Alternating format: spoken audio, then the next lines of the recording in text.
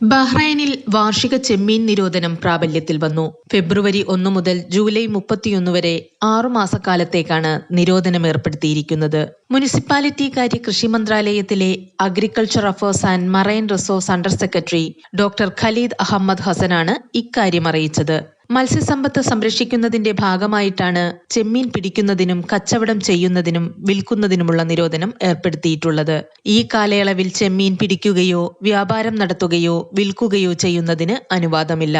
നിരോധന കാലയളവിൽ വല, ഉപകരണങ്ങൾ, യന്ത്രങ്ങൾ എന്നിവയുപയോഗിച്ചും നിർദ്ദിഷ്ട പ്രദേശങ്ങളിൽ ബോട്ടുകളിൽ ചെമ്മീൻ പിടിക്കുന്നതും നിരോധിച്ചിട്ടുണ്ട്.